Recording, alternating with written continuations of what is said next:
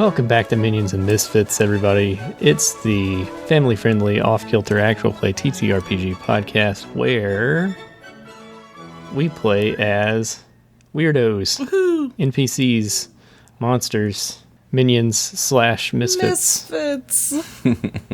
Minions ampersand misfits. Welcome to the podcast of misfit characters. Oh. I'm Cam, the Game Master, and I am joined today by Sam. Hey, guys. Oh, please don't refer to our podcast as the podcast of misfit characters. I hate that so much. And Rebecca. What? It's me. Hi. And we are here for more Thelka and Vengeance Oz Yahoo! Action. When last we left off, they had successfully competed and won in the Button Bright Games. They were presented with a large sack of money, thus curing their money woes for the time being, at least. Hurrah. And I'm going to try something a little bit different, because keeping track of money is much like keeping track of anything in an RPG. It kind of just takes time. That is not necessary. Like adding, subtracting, who wants to do all that? It's pointless. I don't use it in my everyday life. You shouldn't have to either. I left that garbage in kindergarten. Exactly. So what we're going to do is take a little bit of inspiration from Black Hack, and we're going to give this pile of money they've been awarded a usage die, so that anytime they spend money, they can just roll the usage die and see if they ran out of money or not. In this case, we're going to say your big sack of money has a D12 usage die. Ooh. Only a D12. It's the second highest one there is. Unless you count a D1. Unless you I don't like this anymore. I want a D100. I want a 1% chance of downgrading my die anytime I spend money. I want to be a millionaire. So yeah, anytime you guys do something to spend money, I'll call for you to roll the usage die. If you roll a 1, it downgrades. If you're trying to buy something really pricey, we'll just downgrade it automatically. Okie dokie. Sounds good to me. That way you don't have to do any pesky math. Ugh. No bean counting. Nah, you're working with like English majors here, so math is no bueno for us. Right. This is not an accounting podcast. This is a role-playing podcast. Fantasy finance. Kind of like how nobody playing Dungeons and Dragons bothers with keeping track of copper pieces or electrum pieces or anything like that. There's the one money. It's gold. Except for that one Adventure Zone episode, series where accounting played a major factor. Huh. I remember I wasn't in the game, but my husband occasionally will mention this game he played where Electrum was basically cryptocurrency, I think. It just wasn't real. That's pretty funny. Getting paid in Electrum was not great. Like in a cartoon when they try to test a coin to see if it bends with their teeth. And then it does. It's just chocolate underneath. I never got whether bending was good because it meant the coin was solid gold, or if it was bad because it meant it was cheaply made. I think bad, because then it's not gold. I was always taught to never eat my money. I got a penny stuck to the roof of my mouth once. What? Don't eat coins, kids. Is it still there? Still there to this day. It makes going through TSA a real pain. Oh, boy.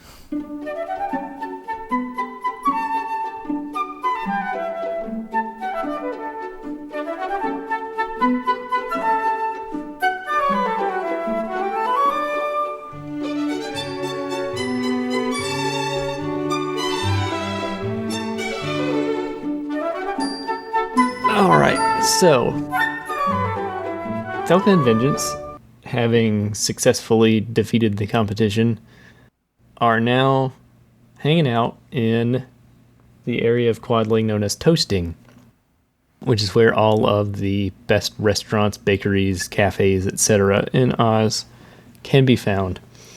My part of town. Yum. As you guys exit the building where the games were centered out of, through the cityscape, you spy something that you haven't noticed yet. Something moving past in the horizon. And it looks like A walking spatula? No, it looks like to your eyes, coming from a semi-feudal fantasy realm, the name of which has yet to be decided. I thought we went with, To you guys, like, Misfidia? Or Minidia? Never mind. Pim. Pim. I feel like it was something really short like that. That's not bad. Pim. So, to you guys, it looks kind of like a dragon, a ship. It's some kind of big metal thing moving, seemingly under its own power. Oh, You can spot it going between the buildings. I think that's a moving castle. I've heard this story before. I believe a wizard lives there. I'm resisting all anime references at the moment. Growl. Growl's moving castle. Growl's moving castle. I don't... And Thelka's gonna run towards it. I feel like at this point, Vengeance is just still kind of like there's a question mark above his head, and he's just holding on for dear life as you run. Yeah, the question mark blows away because they're running so fast. Yeah. So running southwards a little ways, you guys kind of wind up in a new district. If I can find it. There we go. What color is it? Last one was red. The one before that was yellow. What color is this one? You're still in Quadling, so this is still red. Oh. Is it a darker red? Moving. We'll say a mixture of shades. Lighter red? So you guys wind up running south a little ways, and you see a big Art Nouveau, beautiful marble facade building. Ooh. Gotta remember exactly. Okay. And there's a big sign with beautiful, like, hand scripted lettering on it. It says Overground, and then underneath that it says E-Line. Huh. Who is Eline? I may be mistaken about the owner of this moving castle. Overground E-Line. And then there's as you approach in the entrance, you can see like there's a little office off to the side, like a ticketing office. And then further back, there's some turnstiles. Except that Thelka and Vengeance don't know what a turnstile is, so it's just a weird looking gate with spinny things. Here, quick, so you don't get stabbed. And he kind of sneaks under it. Thelka will approach. Is anyone saying anything as they go to the turnstiles? So nobody is saying anything, but you do see people coming and going, some of whom, well, most of whom, look particularly well-to-do. But you see the ones going in take a little piece of paper and slip it into a slot in the turnstile before they push through it. And the people coming out don't do that. I'm going to do a wisdom roll for myself to see how well Thelka figures out what's going on. Also, that's that's pretty good. That's not how subways work. The people going in and out are all running a little ticket through the turnstile. The people going out also go by the office and appear to be paying for something. Oh, Vengeance, I think I was pretty far off on what exactly this moving castle is. Phew! Gesundheit. Are you okay? It kind of like rushes and starts giving her like CPR, like starts like pounding on her chest. And she hardly notices, just dabs at her nose with a handkerchief. And heads over to the ticket booth, hops in line, and tries to figure out how exactly this works by listening to people. Where exactly it's going. As you stand by the ticketing booth, off to the side of it, you do see a large map. There's appears to be a large, it kind of makes a large circle around the whole of Oz. Down to the south, there's one circle, like a little dot with an arrow on it, and it says, "You are here." And the quadrant, like the different counties of Oz are helpfully marked out in their color. So you're in the red section, which is Quadling. The line shows that it is moving counterclockwise towards Munchkin, which is the blue section. And then up around the top is Gillikin, which is the pink section. Is that right? Yeah, red, blue, pink. And then all the way back around to where you guys came from, which is the Winky County, which is the yellow section. Are there any lines going into the college? Or near the college? Yeah. I was about to ask about yes, that. actually. So 3 dots from where you guys are is a small dark blue dot that says Wogglebug U on it. Is that the one we were looking for? The university. That's the one. Vengeance. So, I assumed this was a private residence that moved, but it seems to be some sort of fixed public transportation. And I think that means we have to pay. But we have money now, and we can get to the university much quicker than on foot. Okay. Let's go. He kind of scurries and like gets in, like jumps in front of the line in front of like 2 or 3 other people. Thelka goes to the back of the line. Hello, old crone. I imagine... I can see Vengeance at the bottom of the ticket booth trying to shout up to the ticket master, and people just buying tickets over him. Yeah, people just kind of step over him. Cut to 2 minutes later. And then some Utensians come over, and they walk up a set of steps that Vengeance has not noticed. Yeah. And he's just like desperately scrambling at the wall until Thelka comes up and lifts him up. Yeah, five minutes later, Thelka gets to the front of the line and picks him up. Vengeance is out of breath. I just imagine you like shove me under your armpit like a bag. Like, okay, we'll take 2. Over the shoulder like a baby. Pats his back. Just like holding him like this and just patting him on the back like she's trying to burp a baby. Like a baby or a cat, same difference. His arms are just kind of draped over his shoulder. Little dangle paws. He's so tired.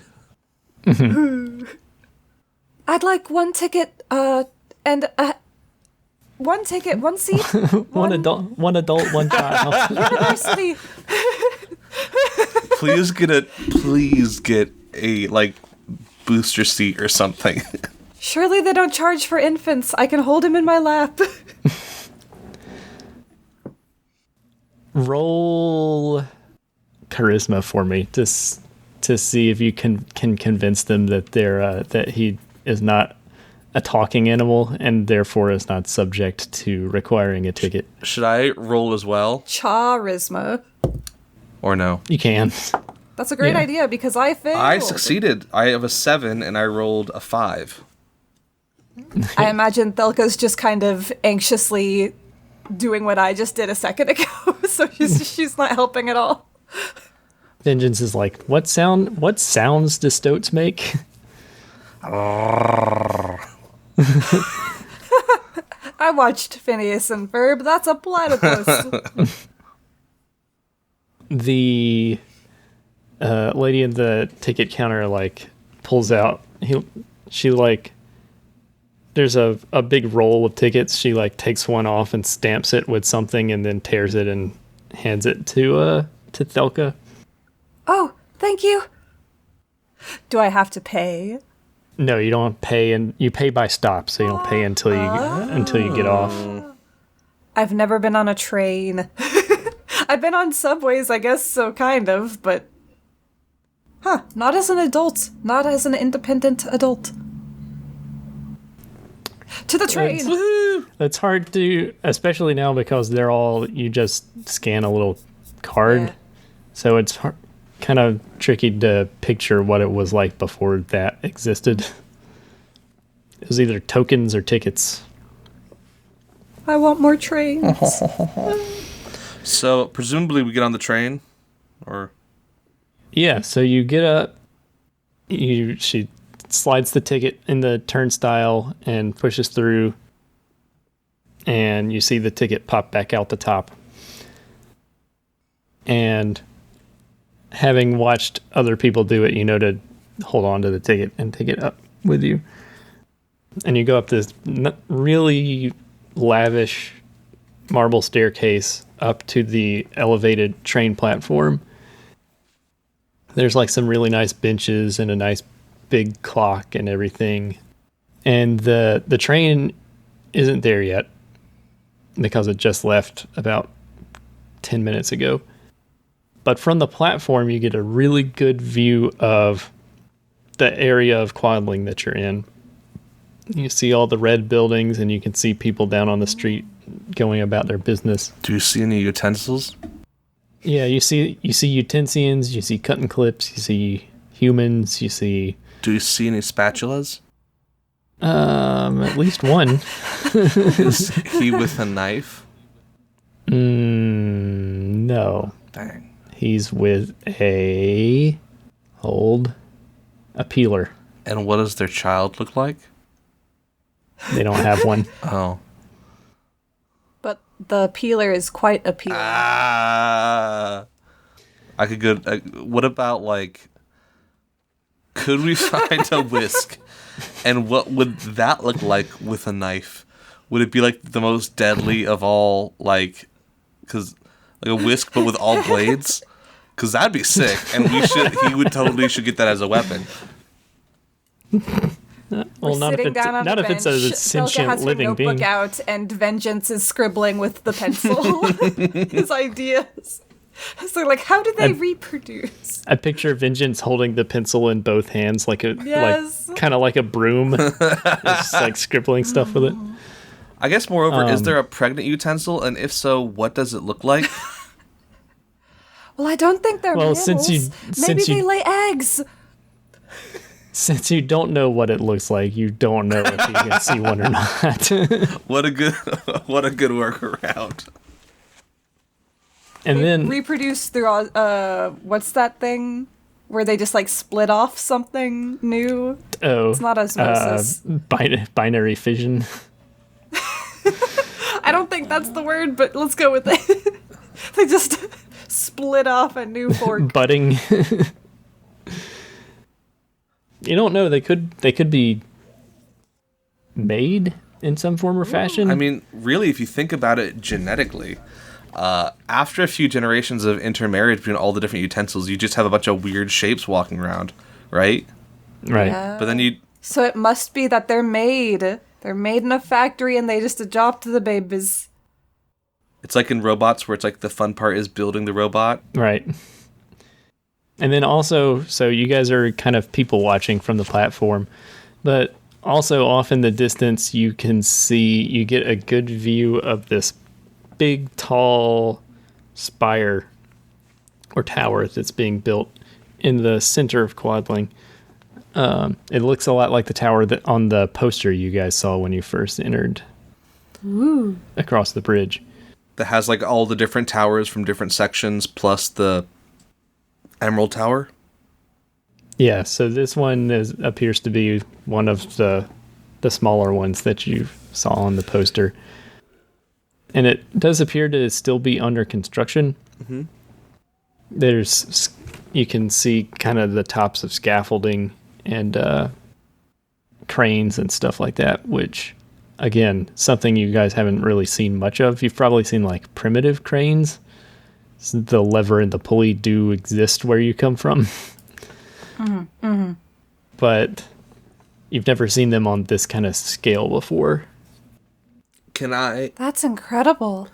Can I roll something to see if there's anything peculiar about the tower from here? You could roll wisdom. All right, wisdom. I rolled a 7 and I have a 13. Okay. Nice. Woohoo! So you don't get much, mainly because you don't have a lot of Oz knowledge to go on. But what you do notice is that this tower is more like a monument than a building. It doesn't seem to have any like windows or anything on it. It appears to be solid all the way through. Interesting. I don't know what to do with that. Just as you say that, you guys hear and feel a rumbling coming from off to the west. Yeah, because it's coming from the west and going east. So you guys feel a rumbling and hear something, and then a couple of seconds later you can see the train coming, and it pulls to a stop right in front of you guys, and it is huge. Picture let me see, is there a picture? Oh, yeah, that's a good picture, and it's quadling red. Pictures. Ooh. Wow. It looks so modern. For those who are listening, because this is and striped. For those who are listening, because this is primarily an audio medium, it's basically Exclusively an audio medium. Yeah, it's exclusively that. I was going to say. It's just a very nice Art Deco subway looking thing with a red line on it. Yeah. White with red stripes. Yeah. It's a big Art Deco masterpiece of a train. And as we know, red stripes make it go faster. Absolutely. Yes, the red ones go faster. I bet if we set it on fire, it'll go even faster. Why Until would we it stops. do To make it go fast? And that? Fair enough. as it pulls up and stops, a little hatchway opens. Some people get off. Some people that were standing on the platform with you guys get on. And there's a conductor who's kind of steps out and helps usher people in and out of the train. Let's see what this conductor is. Roll a d12 for me, one of you. Ooh, may I? Oh, I've got never it. mind. Oh, I've already Do rolled. it. Go ahead. Yeah. 11. Ooh. 11. Fork. Okay, yeah, Fork. it's a human conductor. Oh. But he's got a crisp uniform on, a little hat. Could he be half utensil and just have like a fork for a head? The abominations know no bounds. Just, this gets into nightmare territory real fast. Curiouser and curiouser. Utensian human hybrids have thus far only been theorized by Vengeance just now. My mother was a spoon, my father was a man. They call me Spoon Man, and then Spoon Man, and then the song Spoon Man plays. His hands are just flesh spoons. Getting into like salad fingers concave territory. Fingernails. His face is a normal human face, except the shape of it is just an inverted spoon with human details. I love this world. Let's get on the train. As he pulls Vengeance by, he goes, "You should marry a spoon."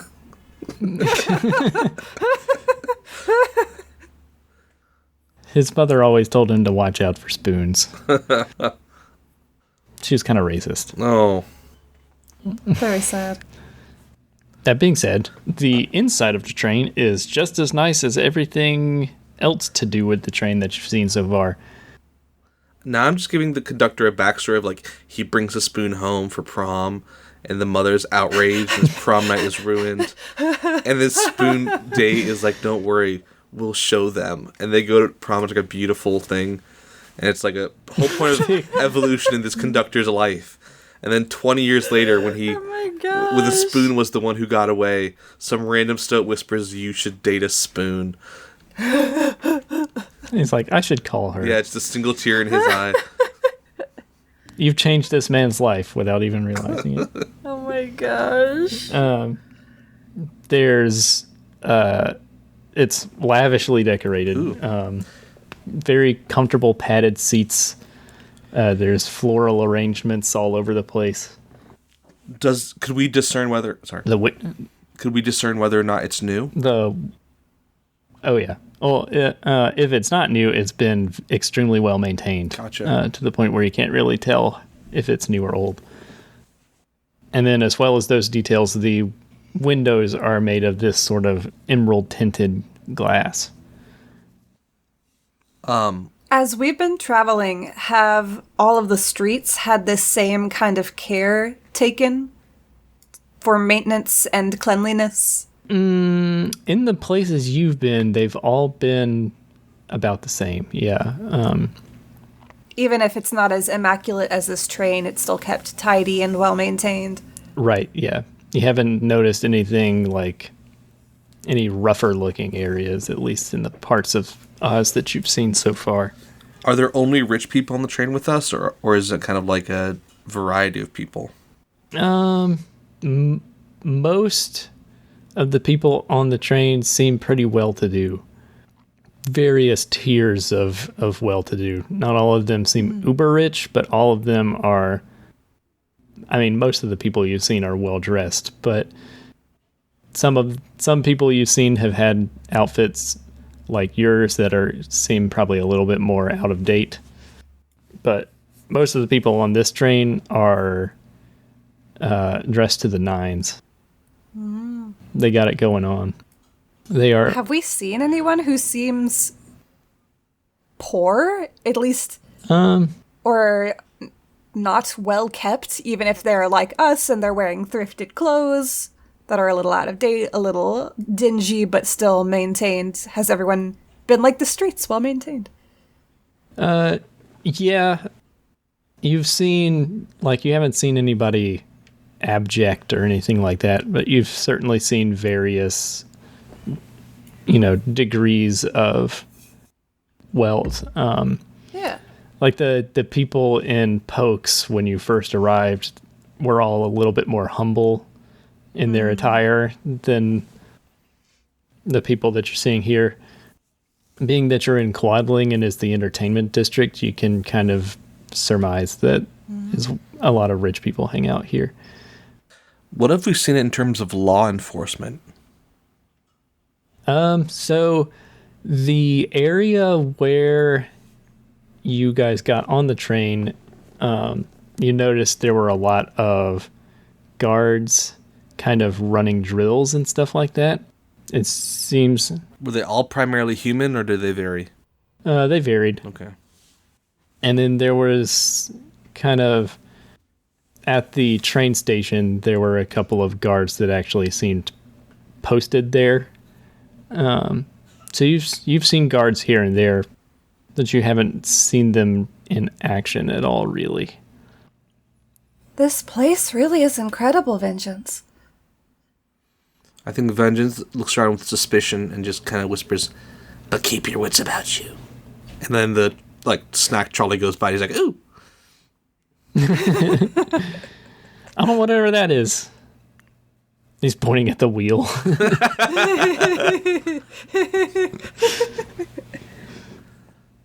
Well, that's very true. We should always be cautious, and the pleasantness of this place could be a veneer covering something dark and wicked underneath.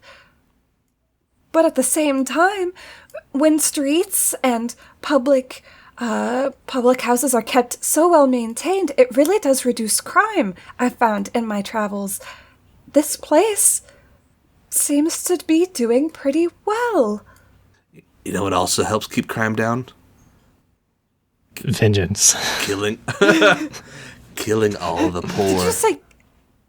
I'm not advocating it. I'm just saying we've not seen any poor people. What if they're killing all the poor? Which is where this could be a thin veneer covering a wicked and evil society. Or the poor could just... They might have eliminated poverty altogether. a society that does what needs to be done, and maybe it's a great idea. Killing the poor? A modest proposal, if you will. The snack cart lady leans over and is like...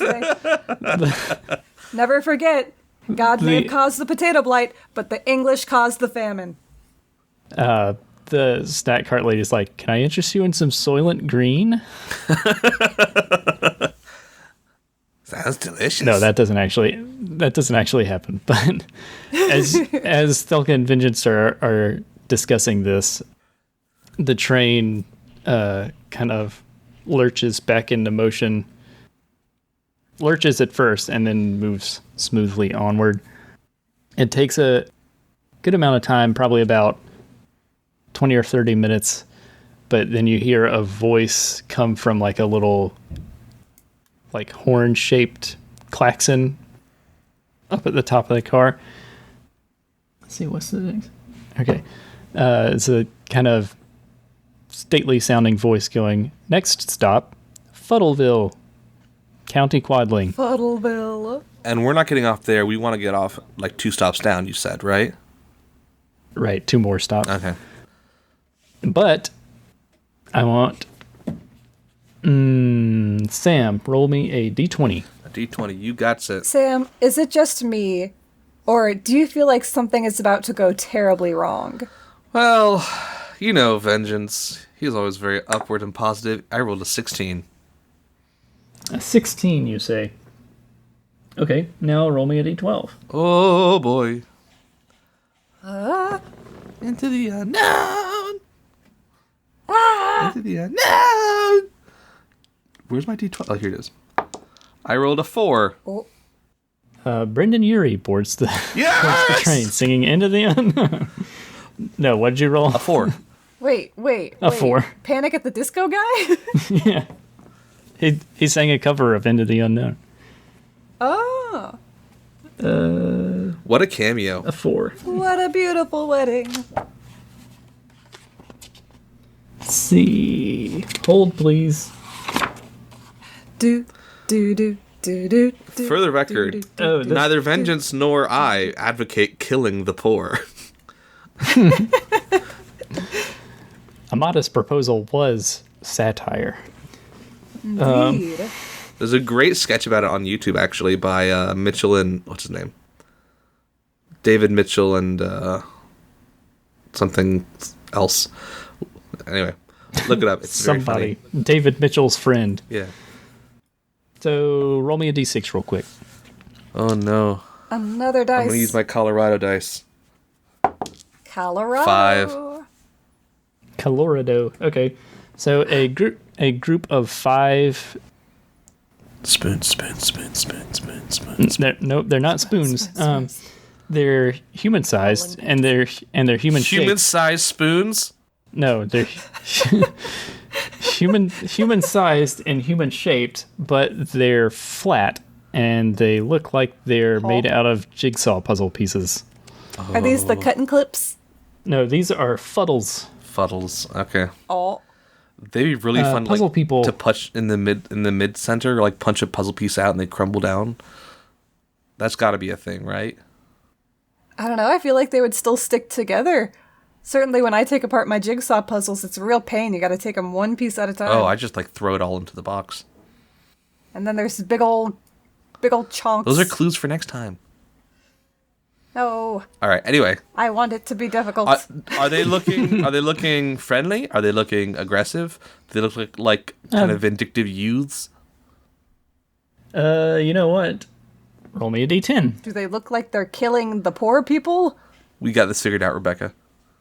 We've solved your puzzle. We sat down on the train and we figured out the whole campaign arc, Cam. Gonna have to pivot now. Puzzle people killing the poor. Roll me a d10, Sam. What if we actually did just like blow up his entire campaign? I rolled a 6. You didn't. A 6. Okay, and one more d6. Oh, wait, I just rolled a d10 and it rolled a 6. I'm sorry. That's fine. Yeah. Roll me a d6 this time. All right, 5. Okay. They seem kind of like business people. They're kind of serious. Are they wearing identical They're- like uniforms? No, but they. Well, so you don't really have a context for what business attire is, but they're serious and they're carrying little like cardboard briefcases, and they're talking about financial instruments or some such Business thing that you don't understand. NFTs. Business, numbers. Numbers business. Numbers. Stonks. Numbers. Yeah, stonks.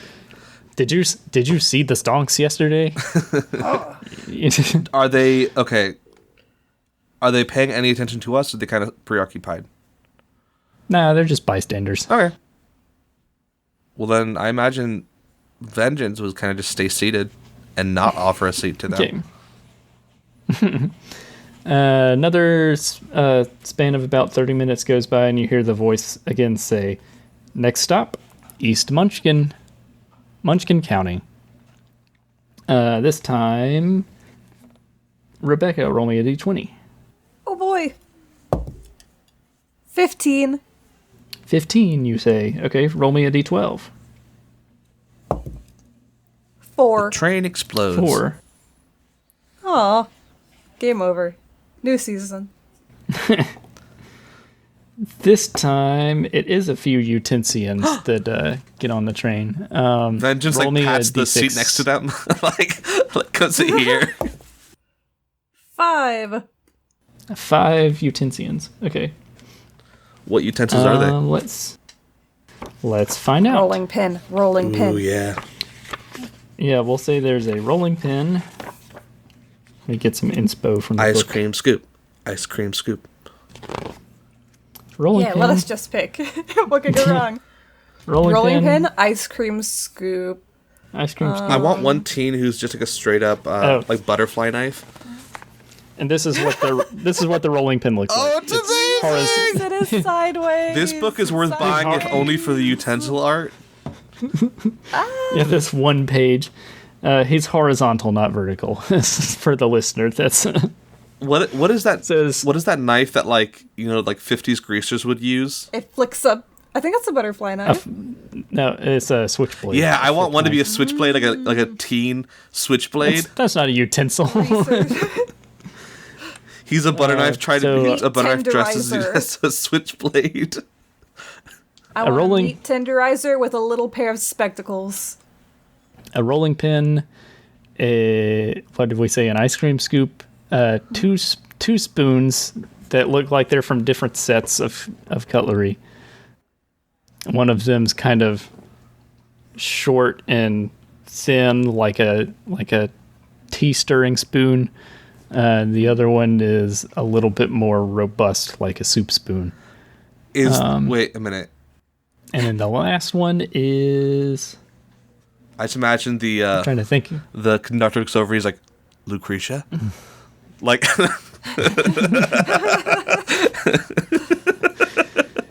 And then the last one is a... What are utensils? I like the idea that he's a butter knife dressed Pasta as spoon. a switchblade, like trying to look hardcore. He's like a little jacket that's wrapped around him to make it look like the handle of a switchblade, but it's just a butter knife. We'll say the last one is a bottle opener. Oh, Ooh. he sounds interesting. What's his name? Are you gonna ask? Hello, friend. Sit here. Sure, don't mind if I do. He plops down. What's your name, friend? Now, let's find a random name. My name's Dare. Dare? There. Yeah, Like Derr, Dare. Derr.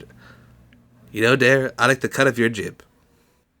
Well, thanks. I like the cut of yours too, stranger. My name is Vengeance. That's a pretty cool name. Yeah. Where are you headed? Fliggleflum? Buggeheim? The university. That one. Thelka whispers. Oh, you guys are looking for some book learning, huh? Yes, well, mainly we're looking for treasure and a way out because we're kind of cross-dimensional beings living in this odd halfway realm. You see, we dropped a big tower in the middle of the city and we're kind of trying to find a way home. As you're saying all of this, he just kind of like goes cross-eyed for a second. Like refocuses when it's like, wow, that sounds like a lot. You want to come with? No, I'm headed to a brewer's convention, but what you got going on sounds pretty cool too. Sweet. Want to exchange numbers? He They like just write numbers on paper. yeah, he like Ooh, those like- are some good numbers. he like counts his fingers for a second. He's like, 6 sounds like a pretty good number. Yeah. 6, 7? that was in I'm character. sorry, I'm being so dumb today. It'll age perfect. Oh yeah, and this will never age badly. But no, he enjoys talking to Dare. So delightful conversation with Dare makes the next 30 minutes go by pretty quickly. For the sake And of, you hear the voice say, I'm sorry. yeah, go ahead. This is the last of my interruptions. I'm sorry. A likely story. That's fair. Is there any chance that the conductor recognizes one of the spoons? This is important lore. This is important. We can act it out right now, and I'm okay with that. But does he recognize one of the spoons? No, he doesn't. Oh. He, If Vengeance dies, I'm coming back as the conductor. the conversation time passes, and you hear the voice say, "Next stop, Wogglebug U." It's our stop, Vengeance. Well, it's been nice cutting jib with you. And he kind of hands him a coin. Okay. He accepts it. He's like, "Oh, thank you so much." And like I feel like Vengeance goes in for the hug that is not reciprocated. It's not earned. He just kind of like leans back. Someone gives you $1. Like, well, Someone gives you hope you $1 on the guys- subway Yeah. tries to hug you. You just happen to run into a stranger on the subway and you have a nice little chat, and as they leave, they pay you and try to give you a hug. I feel like I'd be more likely to accept the hug before they gave me $10. I'd be like, what's up with, huh? what is Who this are guy's you? deal? Yeah, so the train pulls into the station, and Thelka and Vengeance disembark. And from this platform, which is just as nice as the platform where you boarded, Is this a different color because it's like a different stop, or is it still red for the E line? yeah, yes. So this time you can see shades of blue all over the place. The buildings, the artwork, like the decorations and everything.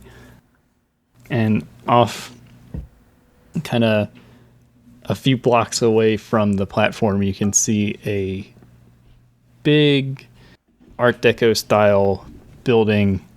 And there's a great big sign in kind of Romanesque lettering that says Wogglebug University. This looks like your place, kid.